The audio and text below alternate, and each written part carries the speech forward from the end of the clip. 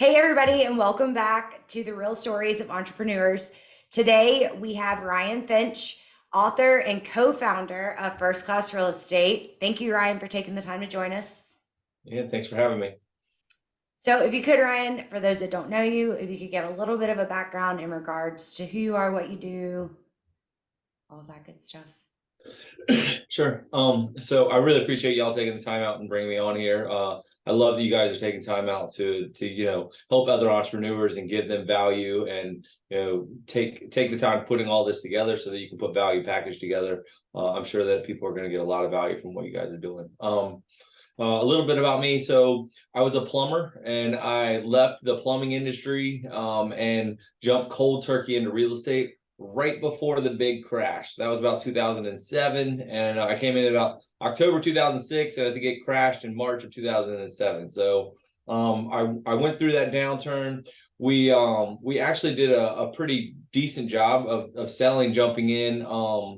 Without any background in it. None of my family had done real estate. Came from that same union that I came from. So at that point, I was a single parent. So I was going through a divorce, and I had my daughter Shayla. So she was about 3. So a 3-year-old jumping out of a safe job and jumping straight into real estate is how it all started. From there, there's been quite a bit of what I would call all-in moments where I've had to essentially keep pushing the chips in. If you were at a casino, you'd be pushing the chips in, that you finally make a couple and you got to put it back up there again and put it back up there and put it back up there again. So, part of that, is my personality type to take a risk and to bet on myself. And once I get a clear vision of something, I really don't lack the drive to go put it together. Obviously, you can see some things worked out. You won't see all the things that didn't work out because those are not going to be publicized and broadcast. But sometimes those are the things that can ring the loudest in your mind, or the things that where you had whoops. But the thing with that is you either win or you learn. And if you go in with that mindset, you're going, all right, I'm going to learn something from this. And that really can be the driving factor, or you're going to win. So, you said you jumped in 2007. So when you built your real estate career, did you build it off of REOs and short sales, or were you just learning it all at one time? I mean, was it easier for you, do you think, because you came in at a time that you had no other choice but to learn the foreclosure market? So the first year I got about 12 months in where I did about 30 transactions. So, that helped me build a good client base of things. But I was the type that like never wore jeans. I wore a suit to work. I read, like I continually was pushing, driving, picking up the phone. At the same time, I needed to get my daughter. So I had to get it all done in a 9 to 5, and I didn't really work weekends. Occasionally I would go on a Saturday and show something. So, but all of that to be said is fast forwarding into 2008 when it really was where it kind of dumped off. I was driving down the road and I run up against this sign, and the phone number said 1-800 no agent. So I called them and to find out what this was, what was going on. And essentially it was a platform where investors would say, hey, if you're going to sell your house, call them instead. I called this guy. The predominant amount of stuff he was getting was short sales. So he gave me all of these short sales, and he was a licensed real estate agent. So I would refer him a referral fee after taking those on. So we did it. But I mean, so many of them, you put the package in, you do all this work, you get a buyer, and it just didn't get there. So I mean, it was 6 months to a year, especially with some of the banks that just took a long time, and we would do all the work and not have any checks. So that was really the hard part. I got lucky. I called up the bank owned stuff. I called Fannie Mae, and I locked in Fannie Mae somewhere in the early 2009, I want to say. And I got in direct with Fannie Mae. And so I had not done a BPO, had never done REO or any of the bank of none of that. But I had 100 listings. I currently had 100 listings with those short sales that I did. One, because they didn't sell, so I could keep adding them. But I mean, I was adding 10 or 20 of them a month. They'd either expire, foreclose, or close, at some point in time.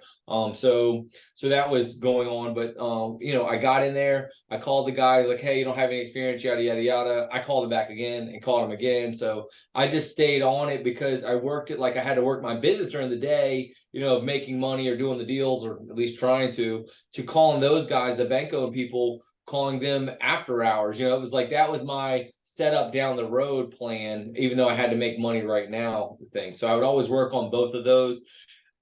So I hustled and did that, plus as well buyers and sellers. But yeah, I didn't know any of it. I had to learn all of it as we went through that. But I just, again, I'm not afraid to learn. I'm not afraid to work. I would go in there and figure it out. And so that's essentially what I did. So you mentioned you had 100 listings at one point. So my question is, did you handle those on your own, or did you have a team at that time? Yeah, so I started building the team. Once I went on my own, I had the Rhyan Finch real estate team that consisted of me. And then knowing where it was going, then added an assistant and then added agents from there. And I had agents, they didn't work as hard as I did. They weren't willing to do it. They were part-time, but they were coming to me because they could see even me as a one-person team was doing a significant amount of business, or at least so it seemed.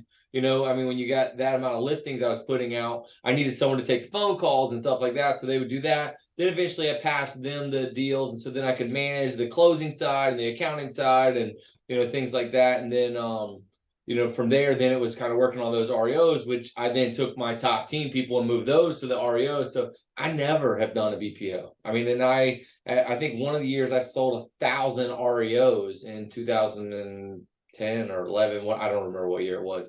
12. I think it was 12. In 2012, we sold 1,000 properties, and I had never done a BPO. And at that point, I think I don't even have an MLS anymore. So I didn't use the MLS or any of that stuff at that point. So it just kind of took off. Once we got to the Fannie Mae side, I used those people that were there with me kind of naturally gravitated up. And then I went toward building the backside of it. Then we built out a technology and we took Fannie Mae nationwide. So I was in, I think, 12 offices or 12 states, something like that. And we were running it coast to coast on selling REOs, and I had a team across the country. I'm not Okay, gonna so lie, for that's really impressive that you never did a BPO and had all of those short sales. I'm really impressed. anyone listening who has zero knowledge of real estate, please explain the difference between an REO and a BPO, either one of you. Sure. So an REO means bank owned. So every time the bank Okay. had somebody that didn't pay, then they would foreclose on them and they needed someone to sell the property. And so Okay. I did such a good job that I would take the properties, rehab them, and sell them faster than everybody else in the market, to the point where they started taking me to new markets where I was selling them in the state of Washington from Virginia and getting a higher grade on my scorecard, meaning I saved the government that much money. So they would take a property, it was a condo, and they would not fix it up. It needs 20 grand worth of repairs and put it on the market, and then reduce until somebody would finally buy it because an owner occupied couldn't take it. And I said, no. You got to fix that. Put the money in it and then sell it. And they said, well, you're barely going to get your money back. And I said, yeah, but it's better than reducing for 6 months and then sitting there for that long. And then you're chasing chasing it down as the values are going down. And so they would listen to me, they would do that, and then they would run that play and we would end up selling it for more. So that was just one of the sides of it. So that's REO. A BPO is a broker price opinion, a lot like a CMA or a market value that essentially an agent would give, but only on this side, they considered us the broker, even though we were agents. And or you give them opinion with comps. And so it's a full detailed appraisal. I mean, it was literally appraisal. So I can read appraisals and all that. I never did one. That just means filling it in. But I got really good at being the guy that before it made it back to Fannie Mae, I reviewed it. So if you had the wrong comp, if you went in there and you had a rehab house and it was going to be worth 200, and then you used 2 comps or 3 comps that were bank owned, because you would say, oh, we're bank owned, they're bank owned. I'm like, no. You're like an investor property. A bank owned means it needs a new roof. It can't get financing. So what you have is a buyer pool. And as you did repairs, you would open up buyer pools. And so I said, no, you're changing the value. Or they would miss an adjustment. Instead of adding, they would subtract, and different things like that. So again, I hadn't done them, but I could go in and essentially find any errors that were wrong in it. And then I got really good at that. So that way, when it got to the asset manager, they didn't have to do anything. They just said, all right, it came from Ryan, we're good. And they went through with the play. And they could move faster like we could. And just so that you know, a CMA is a comparative market analysis. That's where an agent's going to go in and they're going to tell you what's on the market, what's sold on the market, and what's under contract on the market. That's basically where an appraiser who gets paid to appraise a home They would go in and they're going to look at the same properties. So you're trying to go in and adjust the price to where it makes sense to where you're not above or below what that market price is. Mhm. That help answer that, Andrea? Yes, it does. Thanks. Okay, so you had the Ryan Finch team of one, which then eventually ballooned, obviously. So when did first class real estate come into play?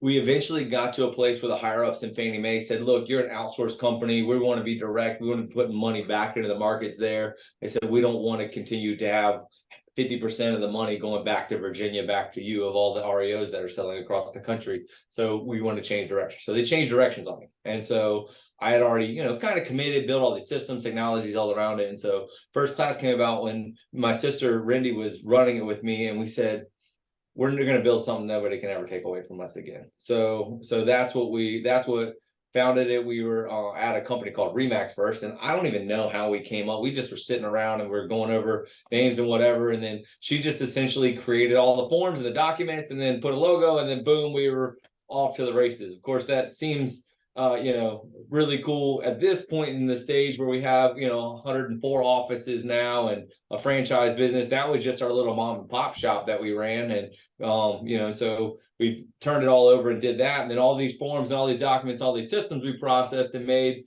eventually made to where we said, all right, we can replicate that process as well.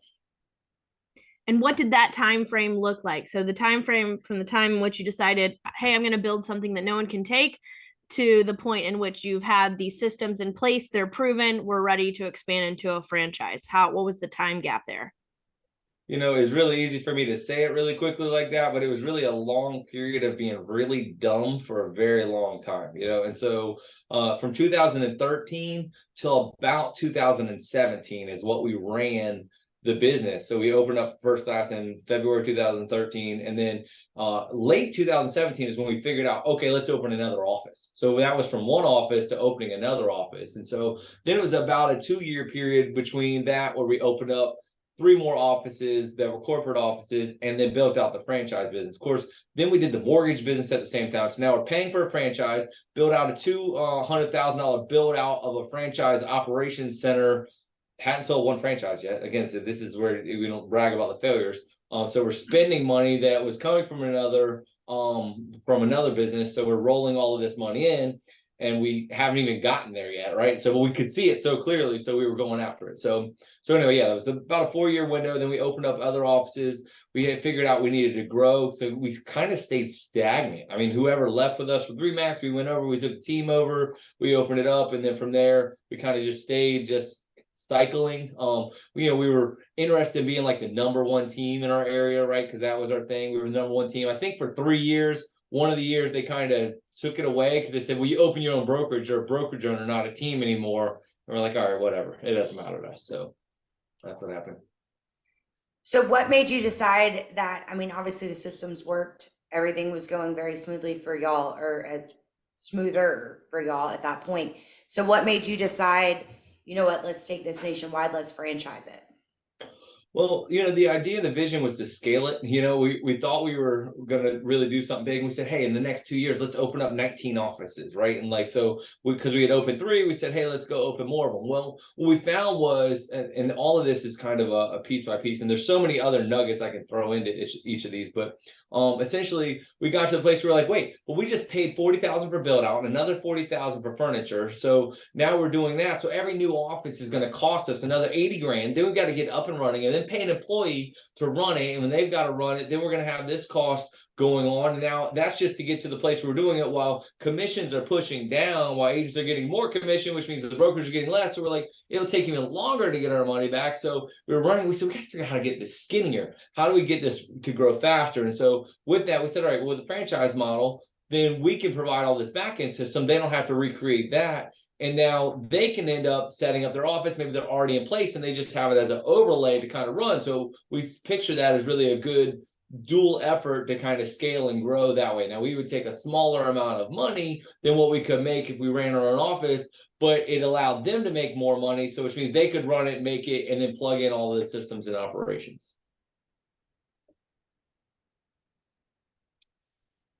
Cool. Okay, so now you're you have a franchise, which you have how many in the franchise? We have about 104 now. 104. Okay. Yeah, that's what I wrote down. Okay. So And does what that is it? include the owners that have multiple locations? It does. That's just all the locations. That's total. Locations. Okay. So now what?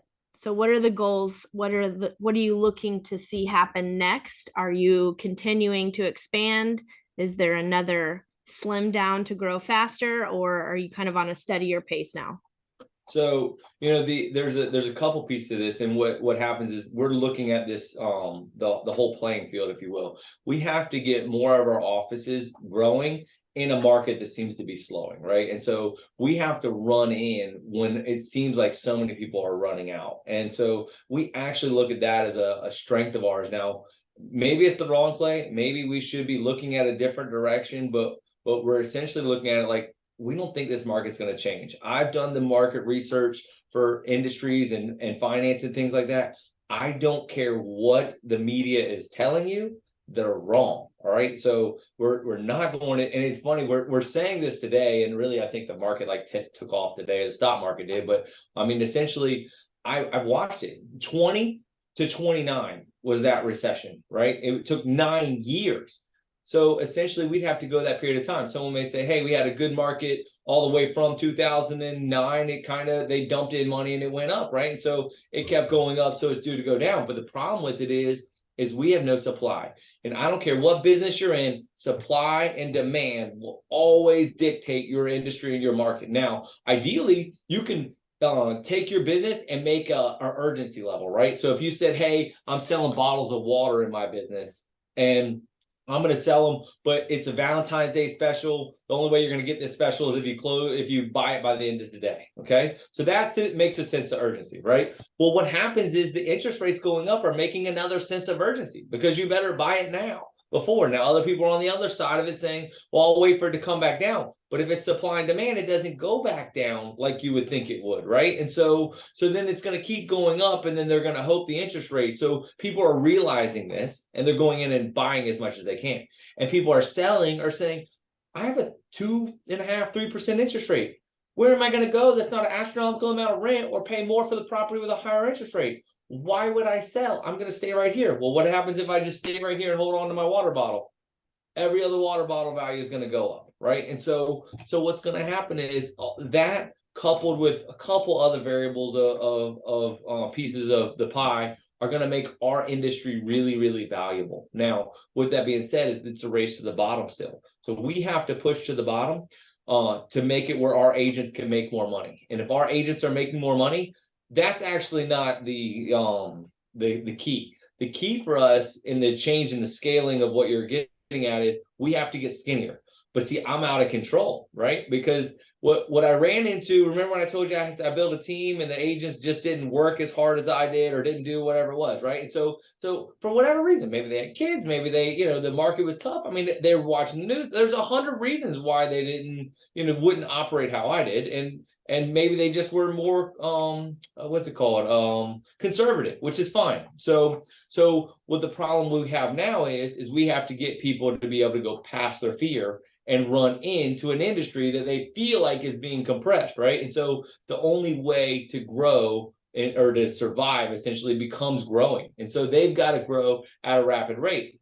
Now, I've done this over and over and over again in all different types of markets, but the point of that is I've learned that I had to get skinnier to grow. But see, that sounds counterintuitive. Remember, I said spend all that money on that resource center, and then we had a $25,000 franchise fee. We did the first 3 for free. So why do you do the resource center plus pay all the money for a franchise, which I think was like $75,000 or something for the attorneys and stuff, to get it there, to give it away for free? Because you had to prove the concept, you had to get it going, right? Even though you think, well, I should charge the first ones first to get my money back. That's bad business. Everyone that tries to make it where you make the first guys in pay is the wrong kind of business. Instead, you got to figure out how long you have to lose for in order to win. And so with that being said, is how do you get everyone rowing in that direction? How do we get everyone understanding that the real winners in this should be real estate agents? They should win in a market where there's challenges. There's the interest rates, the lower inventory, there's disruption all throughout. We've got to disrupt, And as we disrupt, we'll allow the competition to mess up because they're going to try and charge their people more to survive, right? And we're going to charge less to drown them out. So I know that was a long way of giving you the answer of what you wanted, but we have to get everyone focused on that same vision, going that same way to drown out the competition. Okay, so a follow-up to that is, what is your involvement with these franchise locations then? So are you kind of giving them the lesson plan for moving forward, or do you kind of let them go on their own? What's your level of influence on these Sure. 104 locations? Yeah, I have a different relationship kind of with almost anybody that's in it. People that were in the beginning are a little bit closer than the people that came in the latter part, right? And so for whatever reason, I don't know if they're like intimidated or they back away or they just aren't real clear. Whatever that answer is, I have to force my way in. And at the same time, I won't be but so forceful that I'll just work on growing. So I will grow and we will push to getting more. And we'll allow, because this has always happened. I've had a team where team agents would not call leads or not do it. Well, I go hire another agent, they come in and close the leads, and then everyone will go, well, they came in after me and they're passing me because they're following what's being said. That usually works better than trying to get someone to change their mind or change their direction. And so, there is one-on-one time, there are calls, there are vision meetings, there's a synergy that happens when the people get together without me. So I know you're asking about my influence, but really it's not me, it's the influence of others that are succeeding. And so because they almost don't listen to me, they won't listen to me because they think he doesn't understand, he's not boots on the ground, he doesn't know what's going on, right? So they think I'm in some ivory tower, which you can see I'm actually in a temporary office as we're building out another building. So they think that, and instead won't listen because they think I don't understand. But I know business, and I know business, and I don't care what kind of business it is. And so the goal in all of this is to spend your time generating revenue. You have to go get income. And so what they try and do is they try and do it a couple different ways. Even going back to your question, do I go get the franchisees doing more, or do I go get more franchisees? Which way is a faster way for me to get revenue? What do you think? I mean, I would think growing the franchises you already have. Okay. And so everyone gets to run their business because we're talking to entrepreneurs here, and they're going to make their decision. They're either going to try and take their widget that they're selling and make more of a profit out of the widget that they have, or they're going to go get and sell more widgets. And so because that's E-Myth Revisited essentially is going to tell you that it's just to go keep growing and scaling. Now, people try and make it a little too complicated. They want to make business really, really difficult. There's a saying, and it says that simple scales and fancy fails, right? And so as they make it more complicated to go in and try and get a carrot in front of somebody to do what you want them to do and stuff like that, it usually doesn't work. If you try and give them 15 different things, if you got in an Uber and they said, hey, here's a bottle of water, would you like the music on, what would you like the air on? You can be happy with that, right? You get in and they say, hey, do you want to do your tax returns? Hey, by the way, do you want us to get your nails done? We can do a pedicure while you're in here. And the person running that cab has to manage all of those other pieces. It's harder to run the play than the simple way, right? So you want to be as simple as possible to scale. So how do you get everyone scaling? You have to simply have them on the same target and the same plan. So, as someone that's had the honor of having Ryan as a mentor, I will say that he is very far from being the co-founder that is removed. Like, he is very hands-on with anyone that will take his advice. But he kind of just gave you a little insight on how that goes down when you ask a question and then you kind of stare at him like, but he makes you think. He's amazing. Seriously, I could not give more praise to Ryan than anybody else. Ryan's amazing.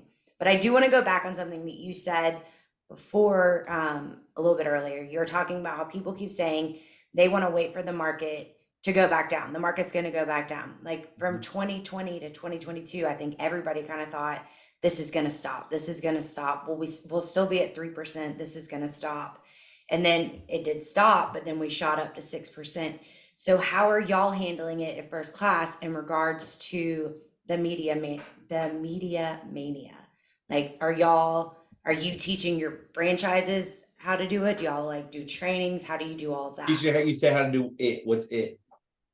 Like, how are y'all handling the situation in regards to the the media mania about the interest rates and the market's going to crash, and how are y'all handling that in regards to not only at the brokerage level but passing it down to your agents? You know, it's really, it's a passing of information that has to go on. And there's an old saying one time that somebody said, and it's kind of snarky, but it really can register in some cases. And I'm not saying it to you, I'm just saying the saying is, I can tell you, or I can explain it to you, but I can't understand it for you, right? And so what happens is everyone's taking in all this information, and when they're taking it in, they're deciding how they want to disseminate the information, right? So it's a sifting process that's going to go on no matter what. So all you can do is scream and push and drive and communicate. And at the same time, that's really hard to do. You know, if you see fire in your house and someone says, no, it's not burning down, you know, that's easier to kind of understand.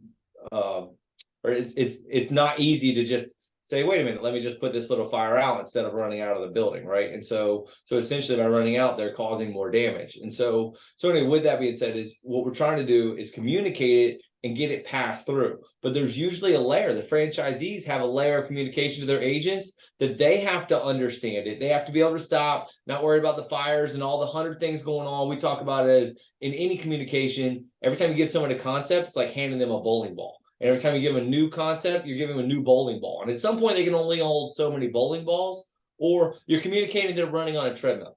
You know, you're having a conversation with somebody on a treadmill, but they're running as fast as they can. They need to keep the other foot in front of them. So they don't want to trip and fall, but they do care about what you have to say, right? And so with that being said, we know that these are the obstacles. So we have to say it over and over. We have to say it in different ways. We have to go around different meetings, whether it's emails, Facebook messaging, screen shares, whatever it's going to be, to keep communicating it through. And then it starts seeping through and moving through. And I've told many people, leadership now is more valuable than it's ever been in our industry. So if our industry was all taking off and it was great, you didn't have to lead or do anything. But at this point, you've got to lead. So to get it to the agents, the leaders have to lead. And those leaders that care about learning it, driving it, and or getting a clear vision around it are going to end up helping more people. And those people are going to help sellers. How do we get, or help clients? How do we get it to where sellers never sell a property? If they never sell a property, we're in trouble, because then there's nothing to sell. There's no product, but all the values of the products we have go up, and then they go fast. And that's what we're going to end up seeing, right? People are not going to sell, so value is going to keep going up. So sellers selling right now, they may have a reason. Maybe they're flipping properties, maybe they're moving, maybe they got to. So those people will be fine. Those will always happen. Those will always come into the market. But then the other people will need to be buying it up with the idea that it's not going to crash and it's going to keep going up. And so that's the information we've got to pass through from the franchisee to the agent to the consumer. And the better job that that makes its way through, the more success the company has as a whole. The more that that has a restriction, whether that's on the top level, a franchise level, an agent level, or to the customer level, again, they've got to understand it all the way through. And that's hard to do with all the noise going on. Because it seems like you can see the future of what's going on with the information that comes in. And that it's so slow, right? Doesn't it feel like it's just a slow step? I mean, because if we talk about something, we say, well, what was interest rates? Well, last year, it was this. Well, that was a year ago. Can you imagine if we said that a year from now? What's it going to be a year from now? It seems like crazy to think like that. But we're really operating day to day instead of week to week, month to month, and year to year. So sorry, I know what's going on. Hopefully I answered the question. You did. Awesome. Do you have another one, Nicole? No, you can go. No. Okay. Okay. So not to get to like the negative side of it, but you kind of touched on this a little bit about the whole process of, what is the market doing? And I know I have some friends and accountability partners that are real estate agents or team, they have their own team. And so what they're seeing is some of these agents that hopped on during pandemic times are now finding it's not as easy as it was then. Some are sticking it out and great. Some are going back to part-time, they're backing off slowly or backing off completely. What does that look like whenever you're over 104 locations? So, at what point do you have to step in, or I guess, have you ever had one close? What was that process like? We had one closed because someone passed away from COVID, so we had to close it, and then we reopened it back up with the spouse.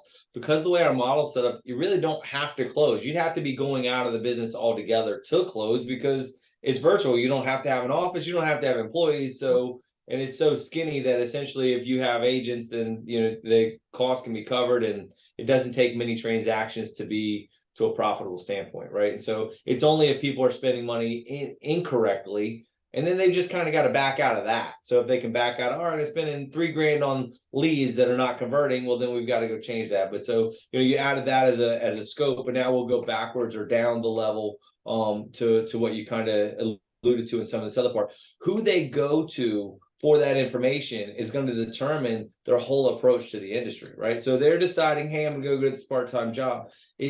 This decision never changes. Everything I told you, where it's putting your chips in and going for it and all of that stuff and betting on yourself.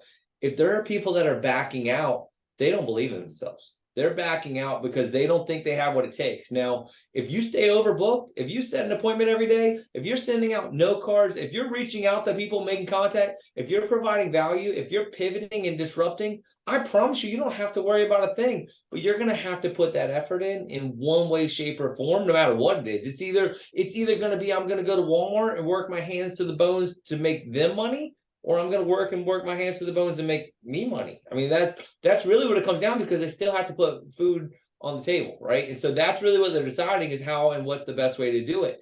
And shying away essentially is opening an opportunity for somebody else. So I really hope that people don't. I think there's more than enough business out there to be done.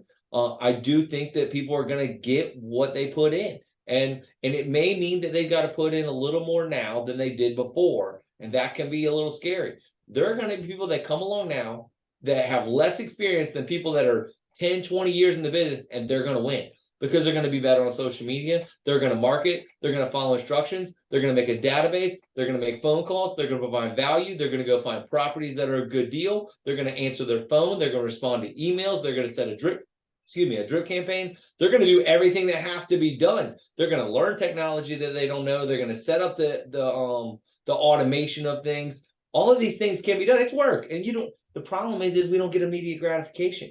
So if we want to go work at Walmart so we can get our $10 an hour immediate gratification, or we can go do this other work and we can't get it, I can't live with that. And maybe they can, and they can find a way to live with that. And that's for them, that's okay. But I hate to see it for those that don't have to. Hopefully, if they're seeing something like this, they're going, wait a minute, let me give it one more chance. You know what? I'm going to go back out, not because I can't, not because of the market, but because I didn't give everything I had. And if I give it my whole self and it didn't work out, that would be different. But if I didn't, then I only owe it to myself to give more, because if not, I got to backpedal back to this other spot. And then they're just going to do that long enough to pay the bills. And then the bills and costs are going to increase and they can't keep up with it. That's what we're seeing in that side of the market is, well, you tell me, which will be worse?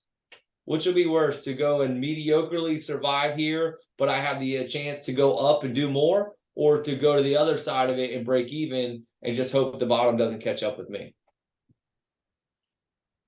Because that's the decision they're making, even though they can't see that right now. They're thinking this bill is due.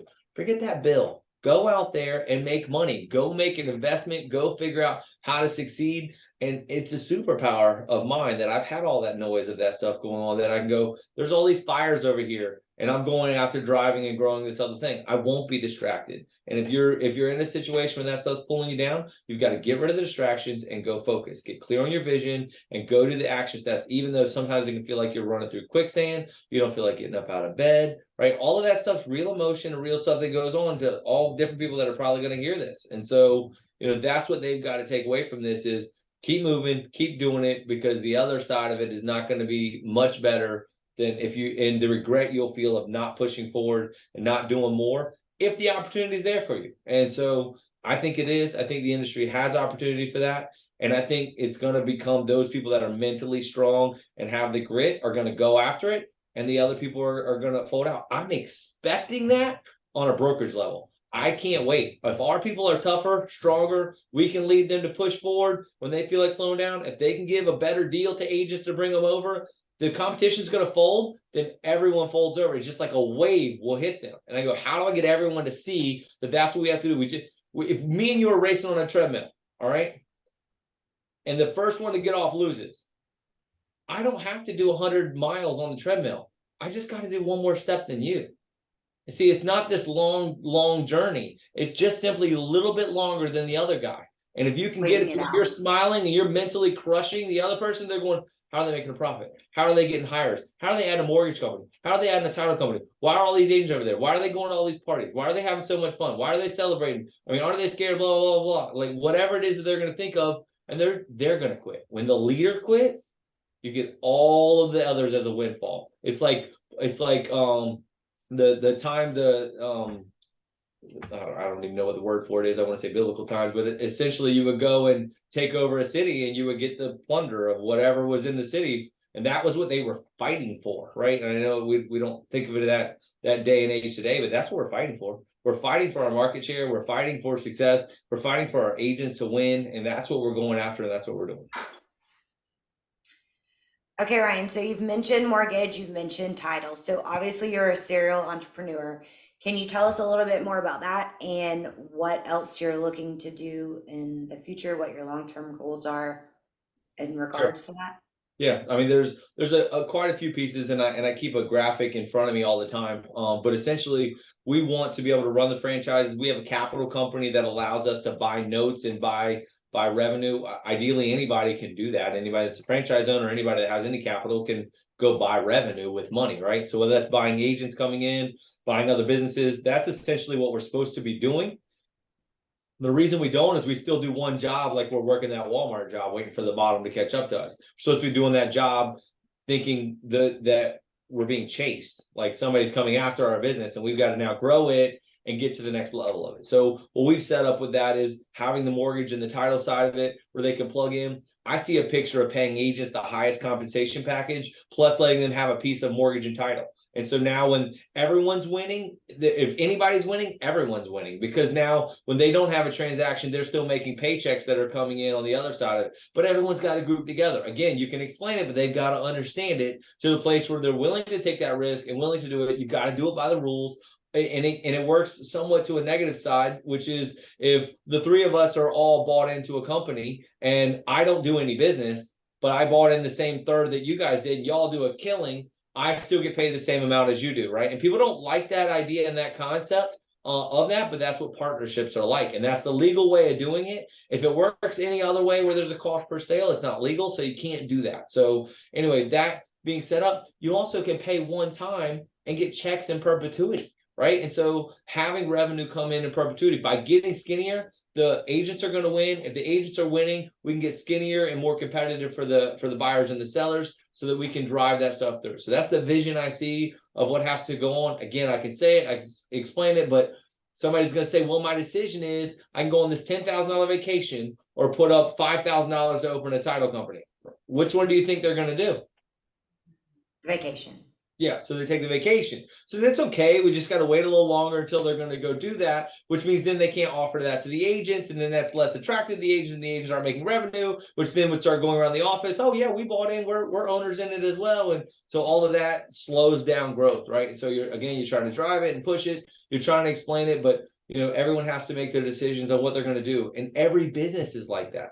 Your businesses don't have problems. Businesses have people, and people have problems. So anybody that's an entrepreneur looking at, if your business is broken, it's not the business, it's you. And I'm looking in the mirror when I say that. So like whatever's broken in my business is broken because of me. Whatever decision, I was either too risky or too conservative, or I made one decision that was good or one that was bad.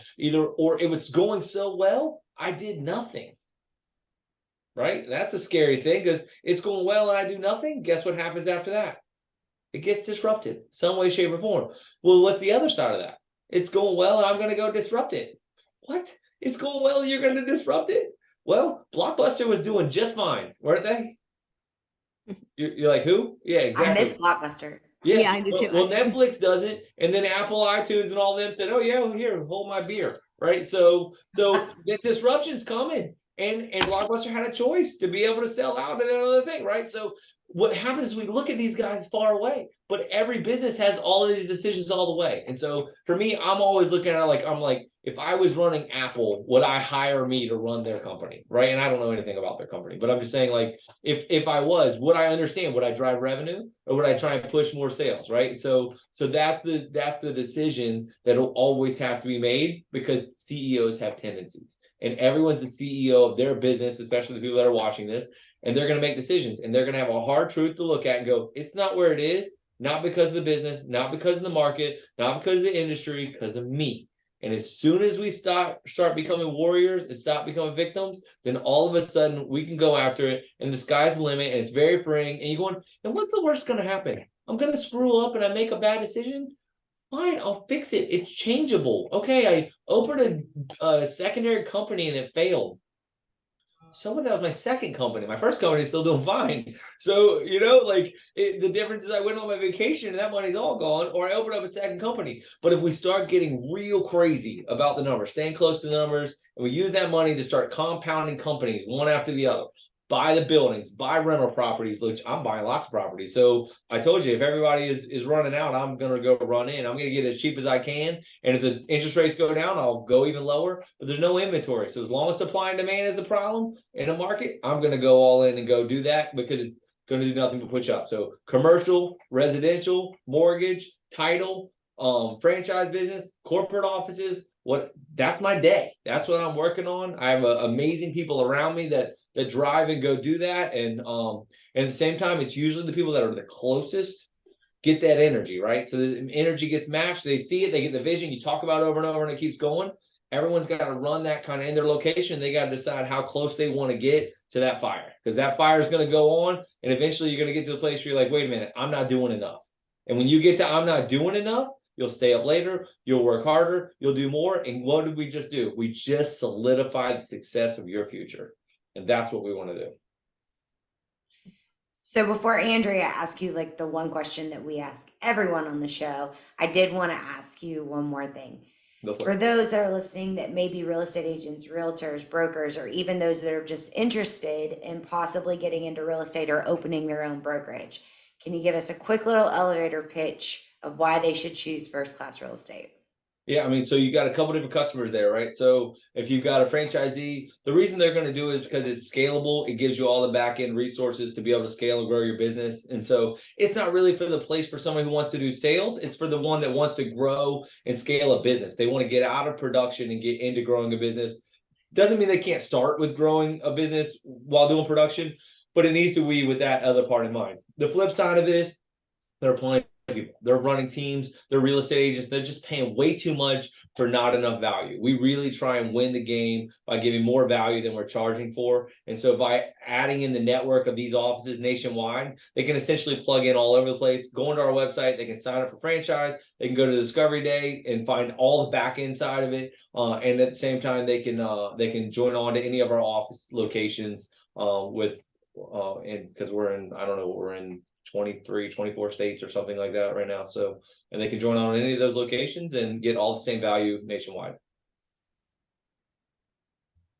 Okay, it feels kind of silly to ask you this question because you've given us so many little mini nuggets of advice for entrepreneurs, but we do have a question that we ask all guests, and that is, what is one piece of advice, if you had to narrow it down to just one, that you would give for future entrepreneurs or entrepreneurs that are just getting started? I have something in mind. I don't know that it's going to all the way answer your question, but I'm only going to tell it to you because it's fresh in my mind. But I stole it. I'm stealing this. I'm telling you right now, I got to give credit from where I'm stealing it, but it just was so relative to what this guy was saying, to how much it resonated with me, that I felt like they may not get to him. So I'd rather just pass it through. And if you want, so Ed Milet did an interview with Eric Thomas, ET. So and at the end, he got asked this question right here. And so it was significant. I made it to the end of that podcast, but so, because if you don't, you get bored, you turn it off, you get disrupted, then you don't make it to the end. And so hopefully somebody's made it to the end, and they're going to hear what he said. And this is not me saying it, this is what he said, but he said, go back where you quit. And that was his line. That was the statement for it. And he emphasized on it. So it was like, you're on a diet and you're 7 days in, 9 days in now, if it's January 9th today, right? So you're 9 days in and you quit 3 days ago. We'll go back where you quit. Go back and start where you stopped. If you're growing a business and it started losing profit, you stopped doing what you were doing that made you successful. Maybe it was your marketing, maybe it was your recruiting, maybe it was your energy. Go back to where you quit. So just go back to where you quit. And you can always do that. And it's not that somebody decides to quit. They just essentially start making a new decision. They wake up today and they disrupt themselves and they stop doing what it is they know they should do. You know what you should be doing with your finances. You should have a budget. You know what you should be doing with your health. You know what you should be doing in your relationships. You know what you should be doing in your business. You know it. Nobody is going to tell you some get rich quick scheme that's going to change everything. There's no widget that's going to come along that's going to solve all your problems. You already know, but you quit doing it. Go back to where you quit and start again. As many times as you have to, do it over and over again. But if you do that, you can't lose because you're going back where you quit. You didn't quit the whole thing. You were losing when you got off path. You're not losing when you go back where you quit, start again and go after it again and see how long you can stay on. Maybe this time you're going to stay on the path for 6 months. Maybe the next time it's a year. And so eventually that lifestyle takes over and you win. That was profound to me. I apologize if that's not exactly how you wanted the answer to be. And I hate to tell you that it didn't even come from me. I wish I could steal it and take all the ownership of it, but it was valuable, so I wanted to at least pass it along. I love it. I loved it. Yeah. Well, you should. He came up with it and he gets paid a lot of money to speak. So, it should be good. I'm just kidding. I have to say we ask everyone that question. And obviously there's some repeats, right? So you get some people, and you touched on this earlier, the people who say there's so many entrepreneurs that quit right before they get where they need to be or before they get that win that they need to keep going. And so a lot of people's advice are, just keep going but I think this is the first time we've ever been told to go back to where you quit and, pick the one thing and that you quit doing that you needed to be doing and do it anyway. So very cool. Love it. I think it's perfect. Rhyan, thank you so much for taking the time. I know you're super busy. You have a lot of things going on. But thank you so much for taking the time and getting on here with us. For those, again, that may want to reach out or are interested, is there a website, email, any type of information that you want to give them to where they're able to find first class real estate? I appreciate you guys having me on here. I know you guys took time out of your day today as well. So, I appreciate that for you guys doing that. And hopefully the people that are following you guys are appreciative of that as well, because you're taking time out of your busy schedules to give. As far as reaching out, firstclassrealestate.com has all the information and the contact page that they can reach out, find out any more information, has a map of all of our locations. Really everything is on there, and they get through to me if they need to that way as well. So I appreciate y'all's time. Thanks for having me. Thank you. Thanks again. It's the finding the stop recording situation.